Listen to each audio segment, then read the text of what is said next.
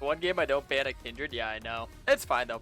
They have 4 range. I don't think Kindred should be that strong in the meta. Speaking of which, if you guys don't know, Kayn should be a lot stronger, like a lot stronger, because it is back to farming meta. Counter jungling's a thing again, so you gotta play a little bit safe. Last patch I was warding very aggressively to kind of track where the enemy jung is, because it was all about ganking, but now it's gonna be all about farming, so you kind of have to play cater towards your camps. It invaded a lot, level 1. Here, full mute all. I'm gonna full mute all this game. And now we just play and pull off.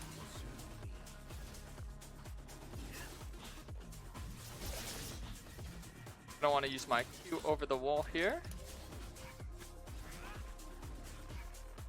Let that die of natural causes. Okie dokie.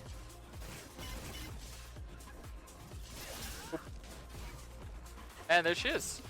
Exactly as I predicted. So now that she's forced that, it's going to slow down her natural clear, and I'm able to just get a nice smooth vertical. She's running into her own jungle, which is even weirder when I'm thinking about it. It's a very weird decision making. So what she's probably going to do is probably going to run straight to her top side to defend that. But the thing is, if I just simply ignore what she's doing and just path for myself, then I could actually build a really massive advantage. I'm just going to make sure I'm setting my bot side camps here. She assumes that I'm going to run straight to her top side because we saw her in my bot side. She's already like playing just be super slow because she's crossed the map once, and now she's crossing the map entirely and going to her top side. So really slowing herself down. Notice that I didn't put 2 in my queue because I'm not going for the full clear. I'm just going to clear 5 camp. I'll look for a gank, and then I'll look for the Raptor / Krug invade. If I hypothesized this correctly, she should not have done any of her bot side. She should be around top side for a top side gank. Falling back up though, which is kind of bad for me.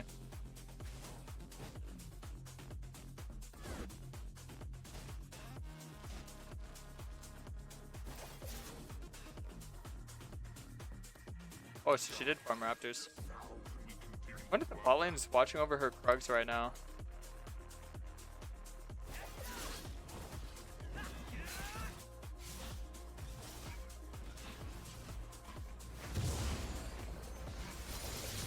Right now they're trying to like catch me at the scuttle or whatever.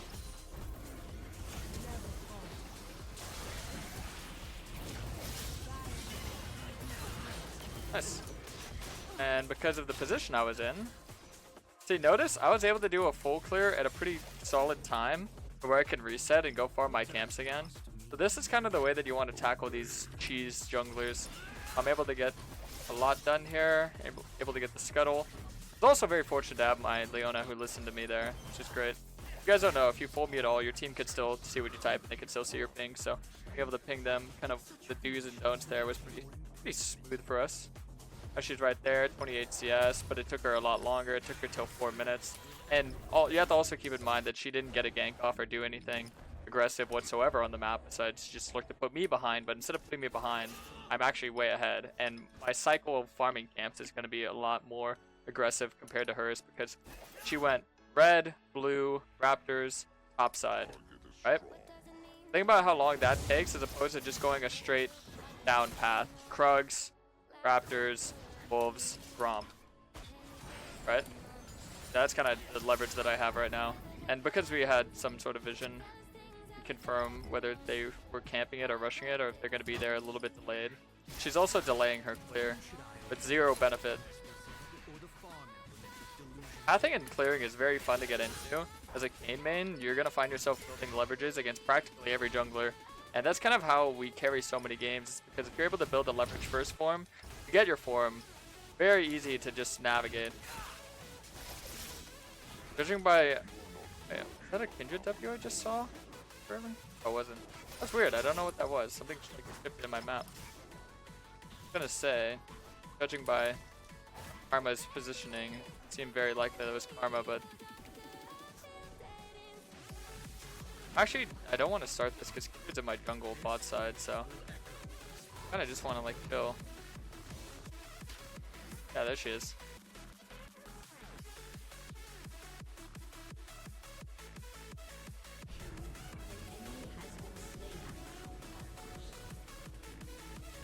Yeah, so notice her entire playstyle is just like cheese Kayn, put Kayn behind. it doesn't work if I just don't play into it. If I don't let her build leverage, and if I don't let her get that advantage, then she's just playing a tit-for-tat game in a game that she will not win at all. And junglers like this are always like so oblivious to the fact that their decision-making early game is what causes Kayn to be such a monstrous, unplayable into champion. Right now, I'm just staying on the map because I got some time between camps. I'm just kind of watching between mid-bot. I'm going to secure the scuttle as well because we do have the bot prio. Notice that we don't have as strong mid prio, so normally when I notice that, I like to force it path down bot lane. Actually force the way that scuttle paths by standing directly in front of it. If you stand directly behind it, you kind of push it.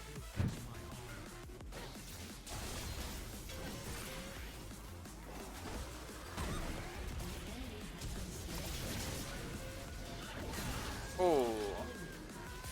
Yeah. Basically what I did there is just bait like I was going to walk into his W, and then I just turned the second that I was about to be in range. Because he's so pressured, having low mana and whatnot, he made an immediate reaction. Alright, so instead of going for the invade, I'm going to look for the gank because of the positioning, and this is kind of where you want to transition your advantage that you build from farming to the lanes. As you can see, I could just be very aggressive right now.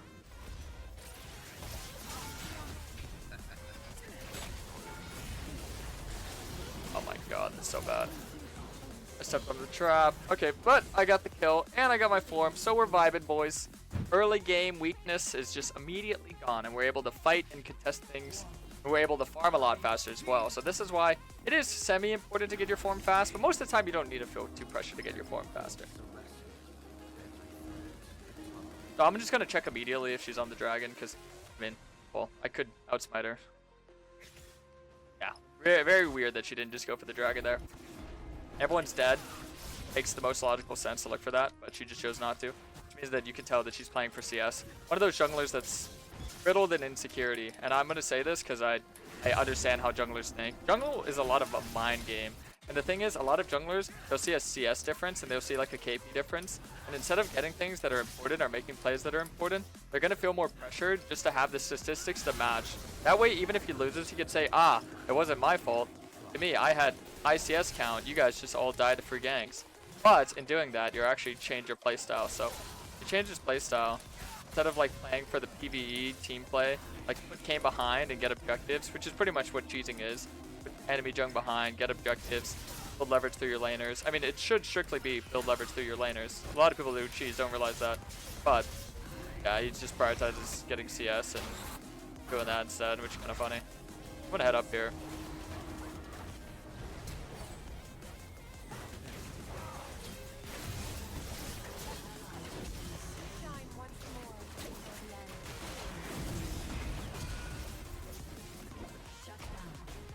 Yeah, just a little up, down.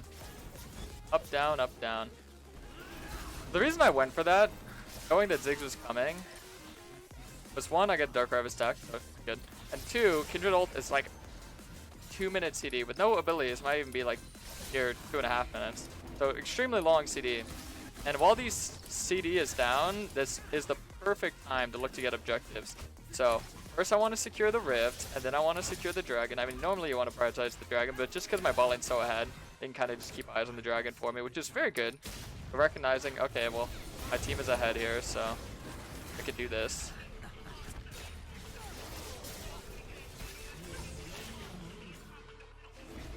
I could probably kill her, but just because Ziggs is there, I don't want to trade one for one. If I was a little bit faster and Karma wasn't there, would have been able to steal that. Either way, I mean, just think about how much time was invested into that play, and I was able to farm camps and get the kill. It just gives a lot more value to me. I'm getting a lot more XP. So this is building an XP advantage, and building the XP advantage helps you, because it means I get to stay in the map longer. I'm just naturally stronger. I don't need items to be stronger. Naturally stronger. And then by staying on the map longer, you get more XP, and getting more XP makes you more naturally stronger. And then it all leads up to this one ginormous reset. Then that one ginormous reset will pretty much secure you whatever you want and more. Very lovely. Over this brush.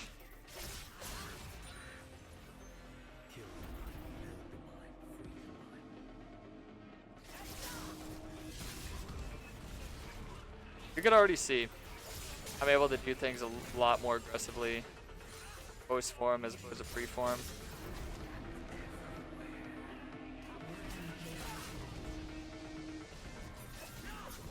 Now we're gonna get the dragon, so took her entire bot side, get the dragon, scuttle, get my bot side, and we'll see what we do from there.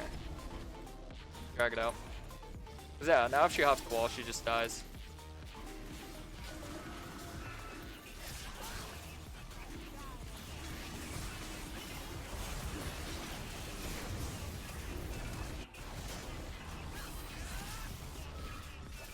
And notice Kindred ran straight bot side because she saw that the bot objective was being taken, so she's like, I need to save this. And little does she know is that I also took her bot side, so her being forced to run bot side stops her from farming all of her top side camps, and then she's in bot side with the understanding that she can't get anything done. She's just sending Rift down here is like a kind of a panic play, I'd say. And yeah, I'll just snag a little kill for myself here.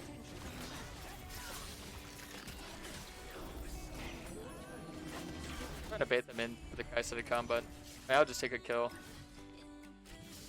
Look at the grand scheme of things. You're gonna notice that everything I'm doing is gonna add up in a way that Kindred will not be able to handle it. Soon I'm gonna be able to take her ult without having to even use my ult, and then having my ult, she wastes her ult, lead to me killing her. And I'm gonna try and force her in situations where her team cannot be there to help her. So if she's in a 1v1 with me and I'm simply playing for myself and she's playing for like these small little plays, like giving all this gold to Caitlyn. I mean, the thing is, giving all that gold to Caitlyn doesn't really do anything when you have a fed assassin on the enemy team. Oh, he actually did clear all of his top side. I think he'd make it down in time. Respawning right now, though.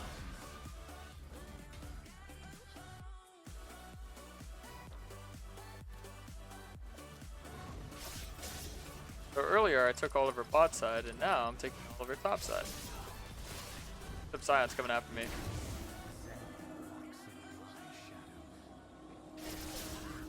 Okay, so see, notice how if I have like full understanding of where she is, by understanding that, okay, I'm in her top side, she's not here, this means she must be bot side. I don't think Scion exactly knew that I was there. He might have had a hunch, but he was mostly just warding to keep himself safe because he was getting very low. Afraid of getting tower dove. And I could tower dive him, but I'd probably have to use my ult, and using my ult as an investment. And I don't know. I guess I could. I'm just worried about whatchamacallit. Diggs TPing and play being prolonged. If the play gets prolonged, we might be doomed.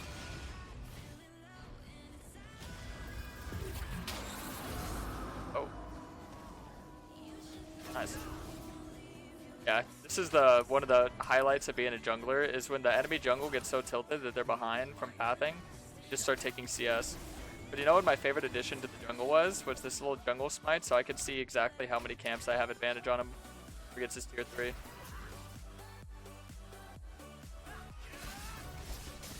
He ran straight for the invade.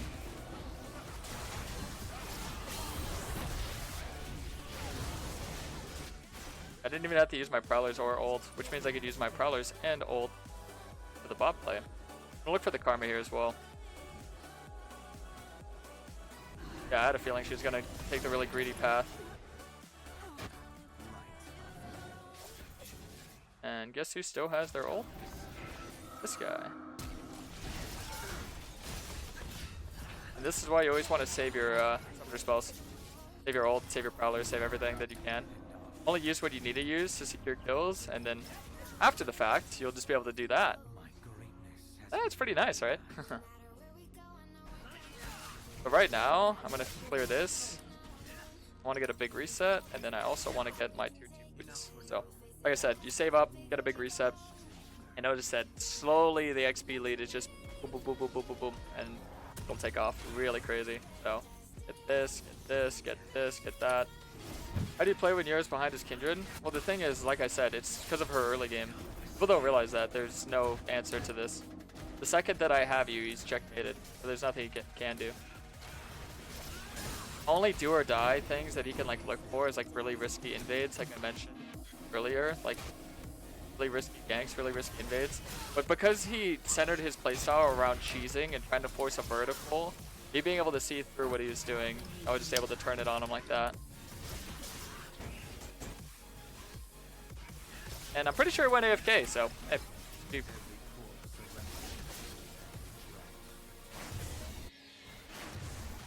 And as I would like to say, boys, I believe a jungle is saved. Ziggs will just try and wave clear. Notice that I always prioritize invading as opposed to just taking my camps, because right now I have almost a 4-level lead on the enemy jungler. Like I said, I'm pretty sure I just made her straight up go AFK after she died in my jungle. And it's funny because this team literally could not have done more for him.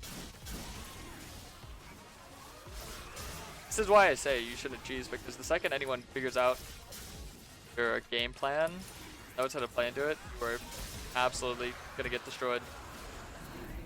Right now I'll probably just farm for mana. At this point, see, this is where I don't really mind if my team takes my camp, because I'm getting so much extra gold from taking all of his stuff, like pick.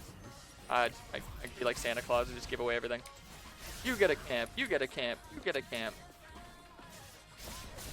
I would prefer Raptors though, I kind of need that.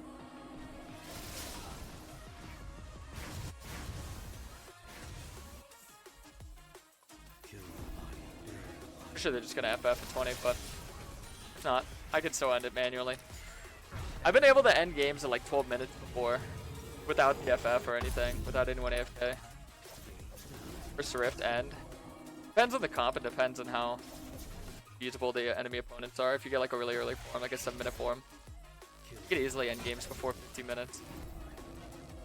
Even in like Master, Grandmaster, Challenger. Usually it's easier too because you have better teammates to work with, so. Alright, well, first things first. I want to end the game right now. We have to kill this guy because he's got the wave clear. Alright, step 1 of my master plan complete. Step 2, the Rift. 3, kill their bot lane.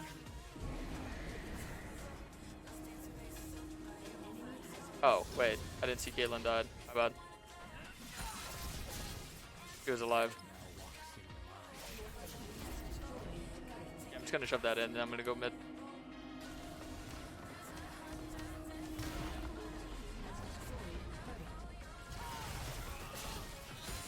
Perfect.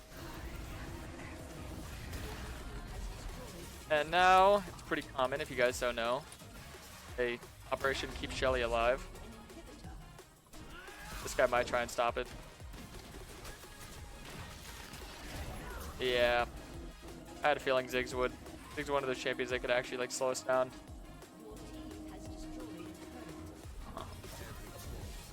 Hey man, I don't mind. I'm having fun, so they can keep the game going as long as they want.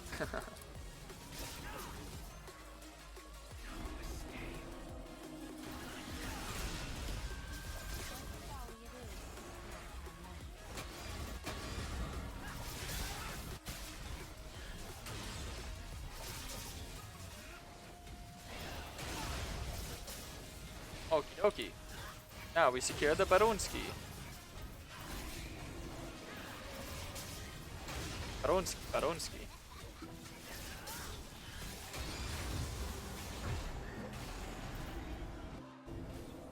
I'm gonna go out on a limb here and just say I don't need a reset. I don't want to let this like slow die. Andy doesn't know how to like back a wave.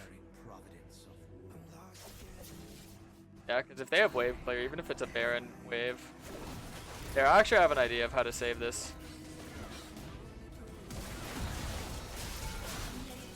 Oh, I missed my W. I'm gonna die. Thank you. Appreciate you, Kaisa. Oi! Yeah, that play definitely worked. I was right, I did make it to AFK.